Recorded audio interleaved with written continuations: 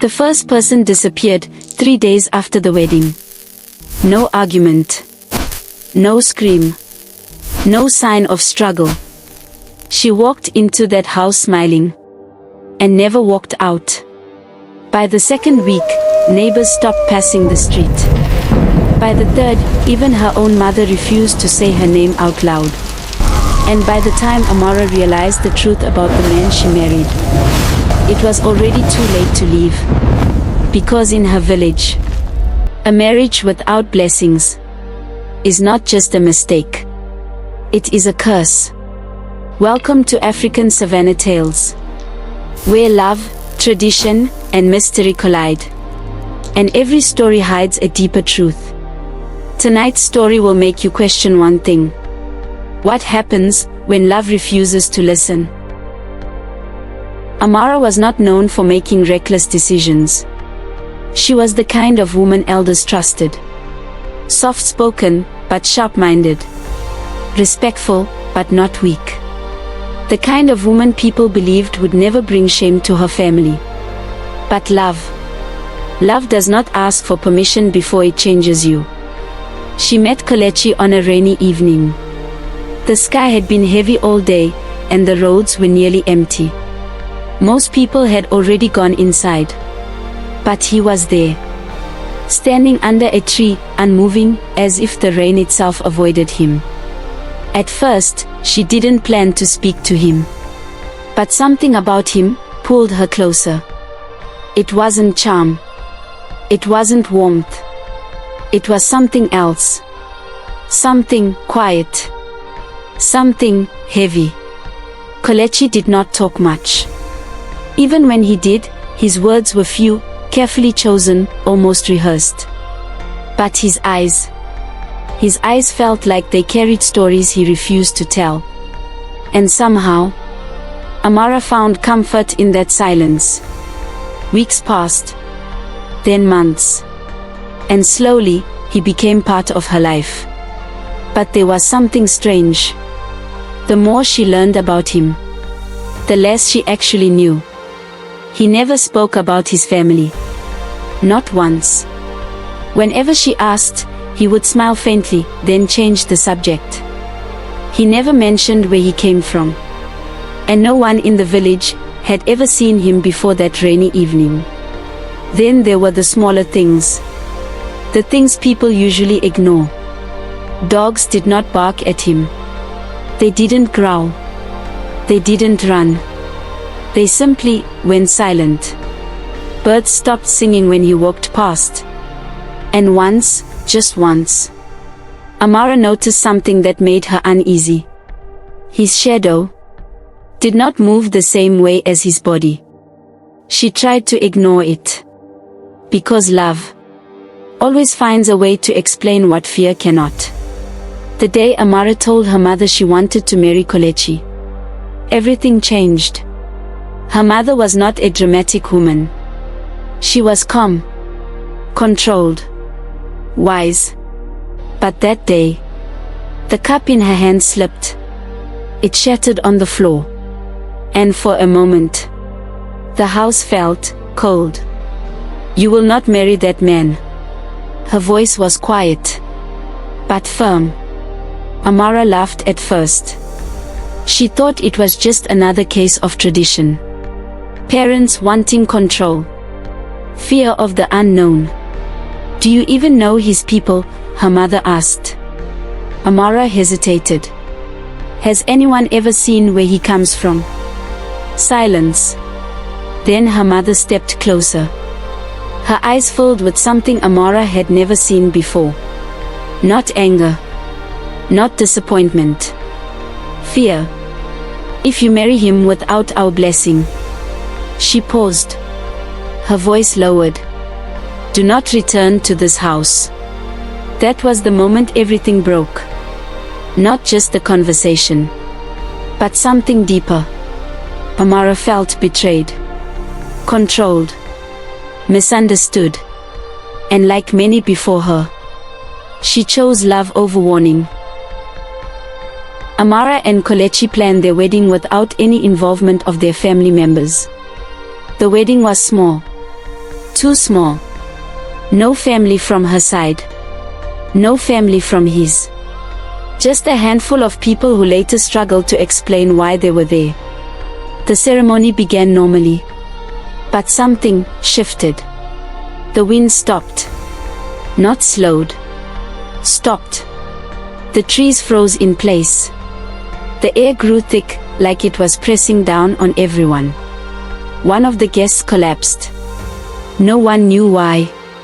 But the ceremony continued. Because at that moment, turning back felt harder than moving forward. When Kelechi took her hand, it felt cold. Not nervous cold. Not emotional cold. Something deeper. Something unnatural. And when they said their vows, Amara felt something tighten around her chest. Like invisible hands, sealing something she could not see. But she ignored it. Because love does not like to be questioned. 3 days later, Ifeanyi came to visit. She was Amara's closest friend. The only one who supported her decision. She entered the house laughing. Teasing her about married life. That was the last time anyone saw her. At first, Amara thought she had left quietly. But something didn't feel right. She searched the entire house. Every room. Every corner. Nothing. No broken doors. No open windows. No signs of struggle. Just silence. And then she saw it. The mirror in the bedroom was cracked. Kelechi did not react the way she expected. He did not panic. He did not search. He did not even seem surprised. Maybe she left, he said calmly. But Amara knew her friend. Ifeanyi would never leave without saying goodbye. Days passed. Then another person disappeared. A neighbor. Then another. A man delivering goods. The village began to whisper. They stopped coming near the house. Children were warned. Doors were shut earlier. And slowly, Amara began to feel something she had been avoiding. Fear. The house no longer felt like a home.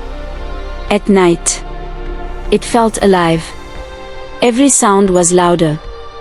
Every shadow, darker. And then she noticed something impossible. Every night, at exactly midnight, Kelechi would be there one moment, and gone the next. Not leaving. Not walking out. Gone.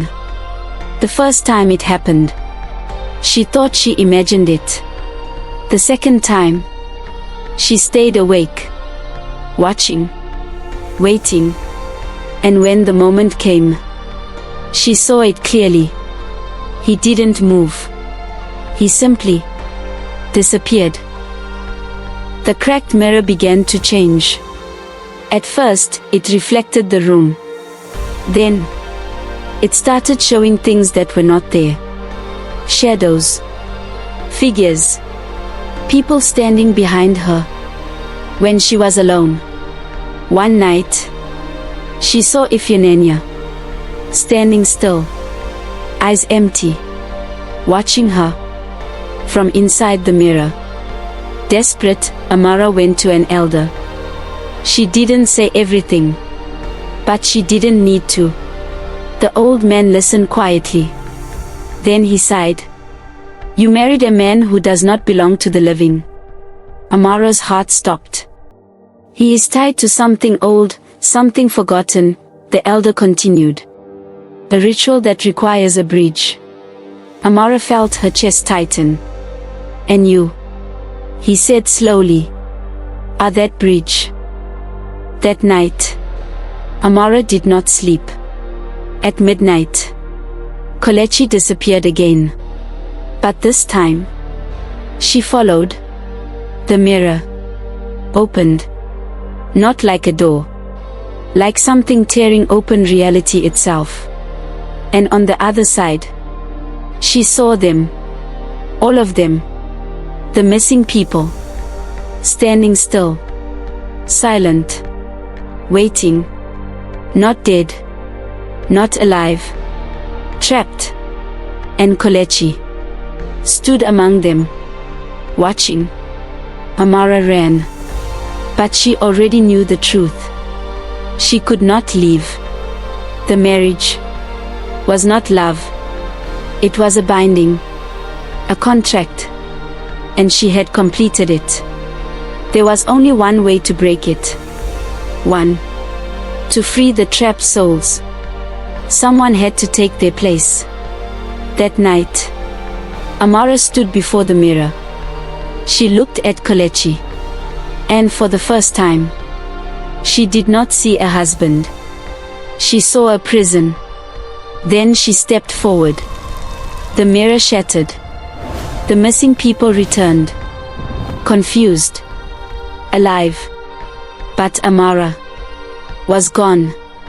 Some say, if you pass that house at midnight, you will see her reflection in broken glass, watching, waiting, warning others not to make the same mistake. Not every warning is control. Not every restriction is oppression. Sometimes, they are the only thing standing between you and something you cannot escape.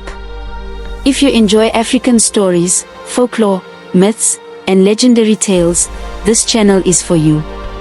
Subscribe to African Savannah Tales for new African folktales and storytelling videos every week, and explore the wisdom, mystery, and magic of Africa's timeless stories.